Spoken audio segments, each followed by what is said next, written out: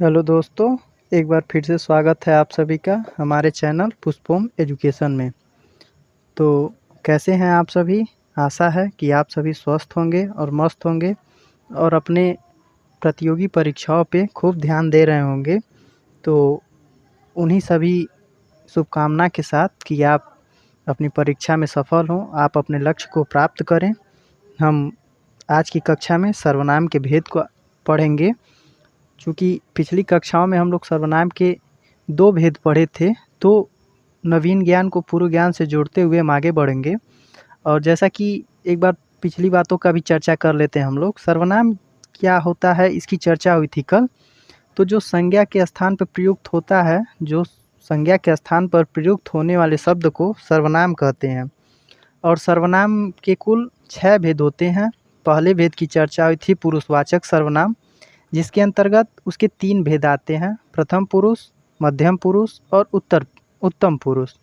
फिर उसके बाद आता है निश्चयवाचक सर्वनाम। इसकी भी चर्चा हुई थी कि जो जहाँ पे निश्चितता का बोध हो, जैसे कि यह मेरा घर है, यह मेरी बाइक है, यह मेरी साइकिल है, यह मेरा स्कूल है। तो जहाँ पे अपने निश्चय होने का बोध हो, यानी जहाँ पे निश्चय हो, यानी जहाँ पे निश्चितता हो, वहाँ पे क्या होता है?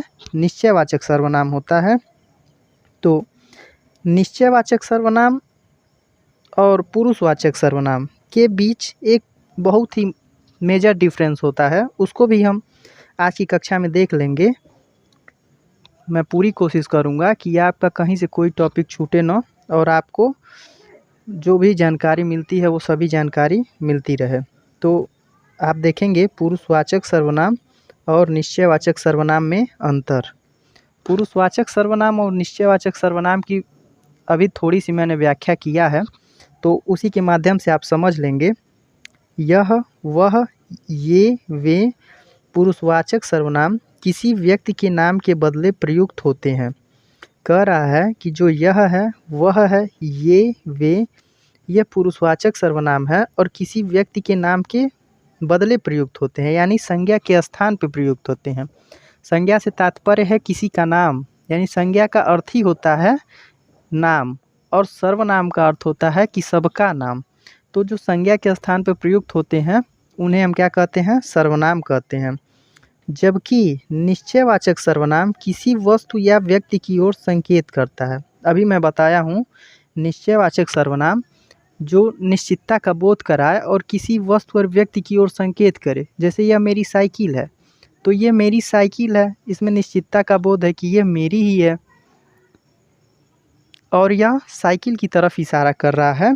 तो वही कह रहा है कि जो पुरुषवाचक सर्वनाम होता है उसमें क्या होता है, जो उत्तम पुरुष, मध्यम पुरुष और अन्य पुरुष होता है, तो जो उत्तम पुरुष होता है वह वक्ता या लेखक अपने लिए प्रयोग करता है, और जो मध्यम पुरुष होता है वह श्रोता के लिए प्रयोग होता है, और जो अन्य पुरुष होता है वह किसी तीसरे व्यक्ति के लिए प्रयोग होता है।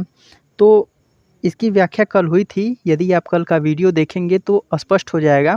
और आप एक भी वीडियो मिस न करें, शुरू से लेकर आखिरी तक ये वीडियो अवश्य देखें। निश्चित रूप से यह आपके लिए लाभकारी सिद्ध होगा, यह मेरा दावा है। तो आशा है कि पुरुषवाचक सर्वनाम और निश्चयवाचक सर्वनाम का जो अंतर है यह आपको समझ में आ गया होगा। एक बार पुनः देख लेते हैं कि यह, वह, ये, वे पुरुषवाचक सर्वनाम किसी व्यक्ति के नाम के बदले प्रयुक्त होते हैं, जबकि निश्चयवाचक सर्वनाम जो होता है किसी वस्तु, व्यक्ति की ओर संकेत करता है। किसी वस्तु और व्यक्ति की ओर संकेत करता है। जैसे यह मेरी साइकिल है, ये साइकिल क्या है? वस्तु है। चाहे वह मेरे पापा हैं, ये व्यक्ति एक व्यक्ति की तरफ संकेत कर रहा है। तो इसे इस प्रकार से समझेंगे। अब अगले भेद की चर्चा करेंगे, जो तीसरा भेद है इसका, अनिश्चयवाचक सर्वनाम। वहाँ पे क्या था?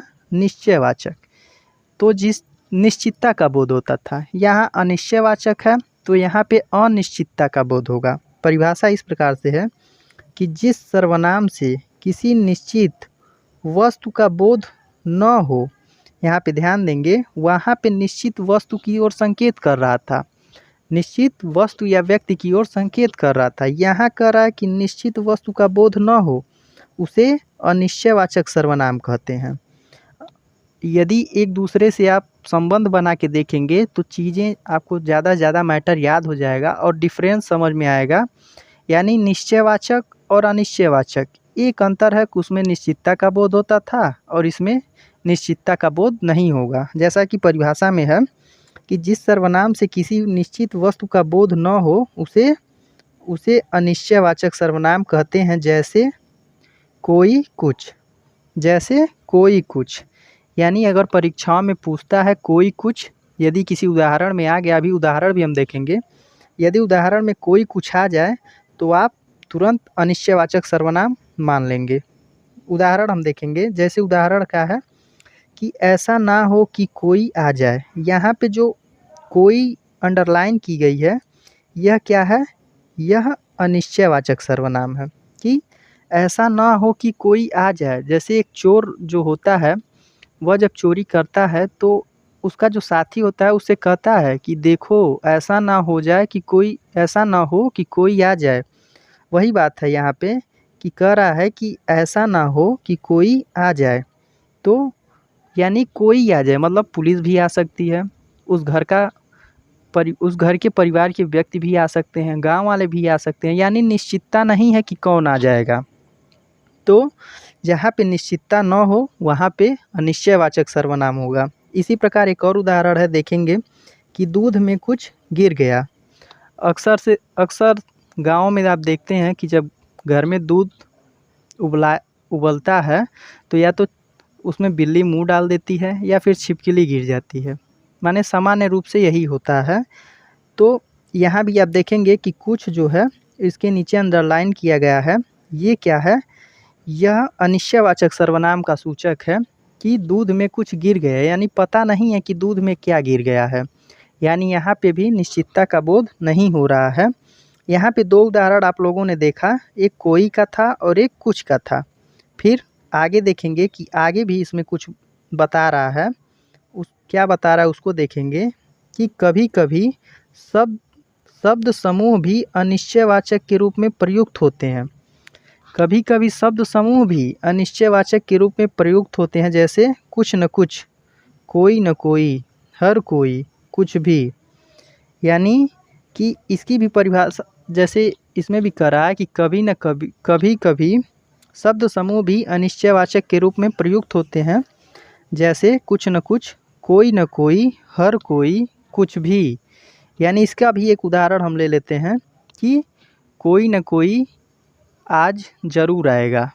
जैसे गांव में आप देखते हैं ना कि जब कुछ ऐसी घटनाएं हो जाती हैं तो जिससे संकेत होता है कि जैसे कंधे पे जब मकड़ी चढ़ जाती है तो ऐसा संकेत होता है कि लगता है कि कुछ न कुछ आज मिलेगा।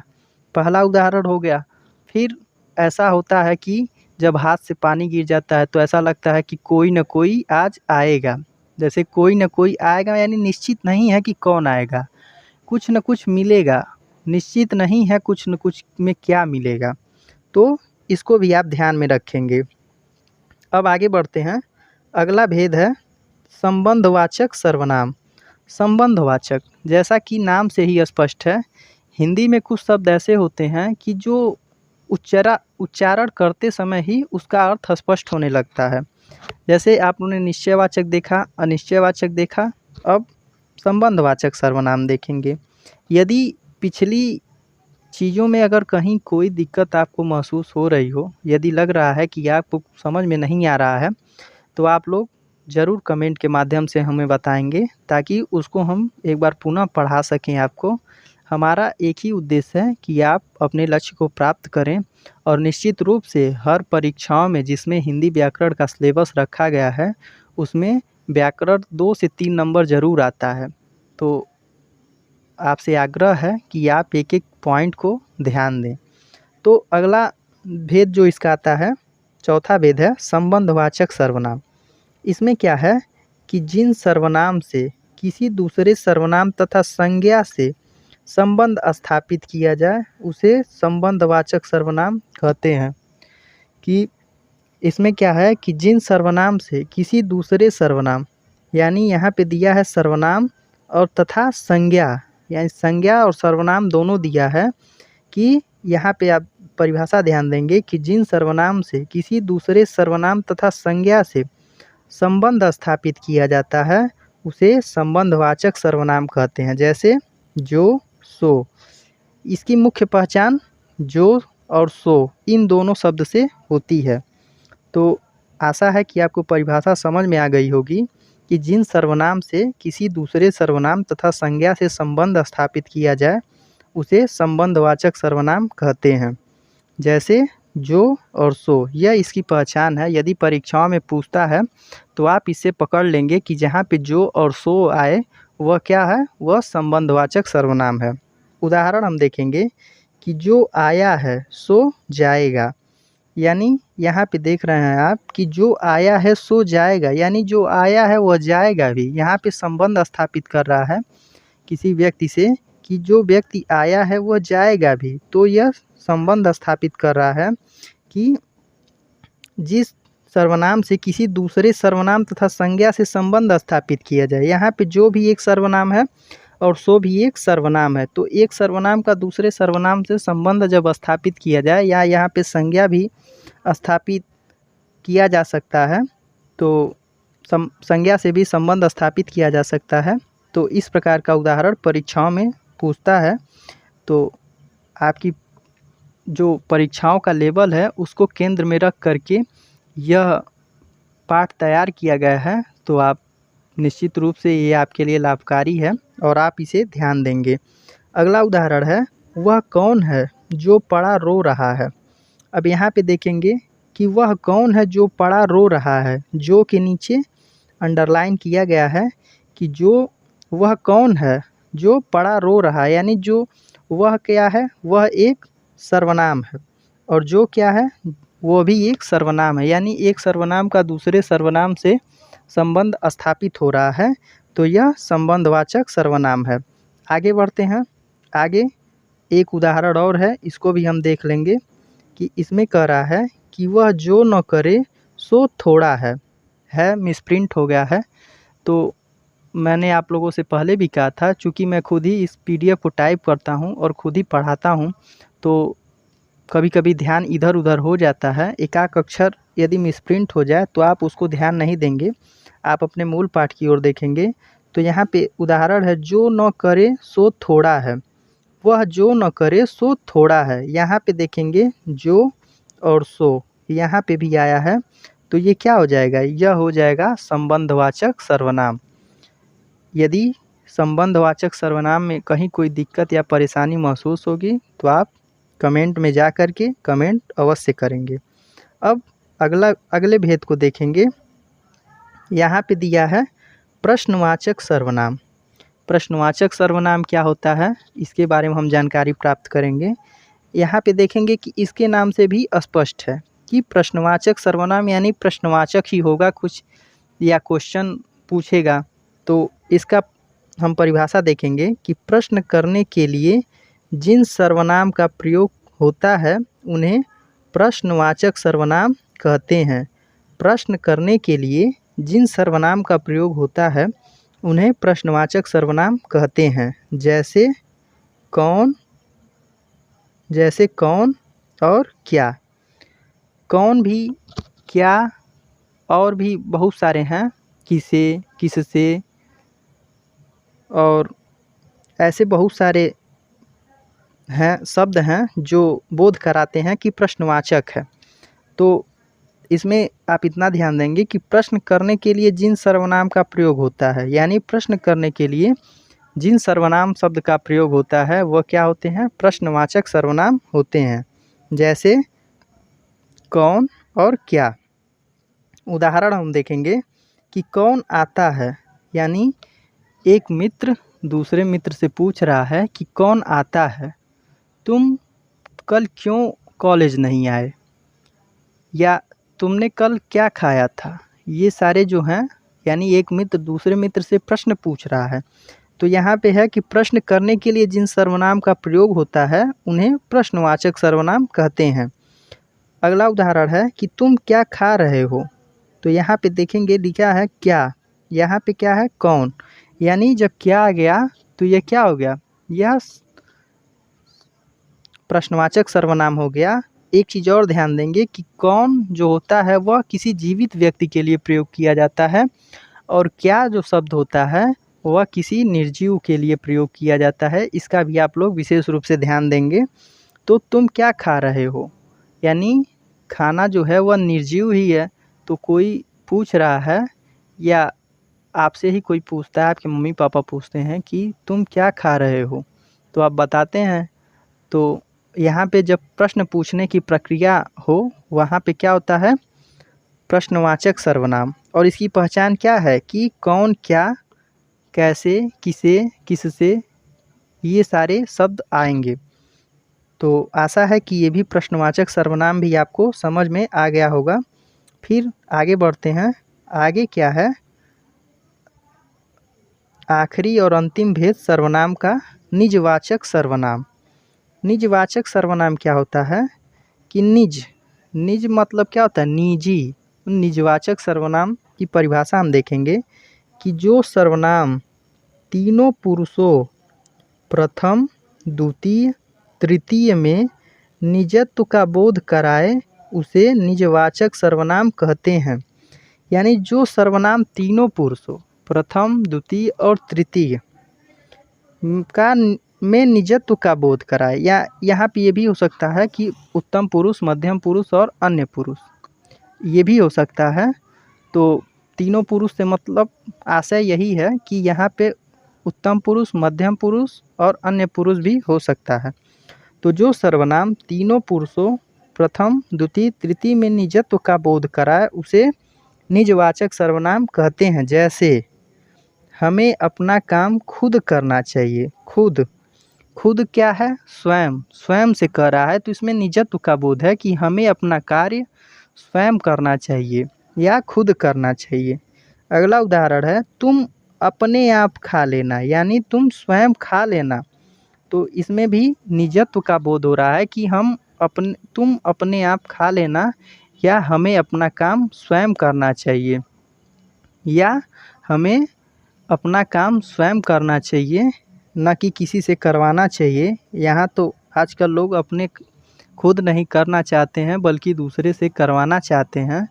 तो ये सब बातें कहने का आशय यही है कि आपको जो बात है वो समझ में आ जाए, जो इसका आशय है वो आपको समझ में आ जाए। तो एक बार पुनः इसकी परिभाषा हम देख लेते हैं कि जो सर्वनाम तीनों पुरुषों प्रथम, द्वितीय, तृतीय में निजत्व का बोध कराए उसे निजवाचक सर्वनाम कहते हैं। जैसे हमें अपना काम खुद करना चाहिए, तुम अपने आप खा लेना। तो ये था सर्वनाम के भेद। आज सर्वनाम का अध्याय समाप्त होता है। यदि मुझे लगता है कि कहीं कुछ छूट रहा हो या कोई महत्वपूर्ण बात आपको बतानी चाहिए तो उसे मैं अगली कक्षा में चर्चा करूंगा। तब तक के लिए आप इस वीडियो को शुरू से लेकर आखिरी तक अवश्य देखेंगे। यदि कहीं कोई दिक्कत होती है तो आप हमसे संपर्क करेंगे।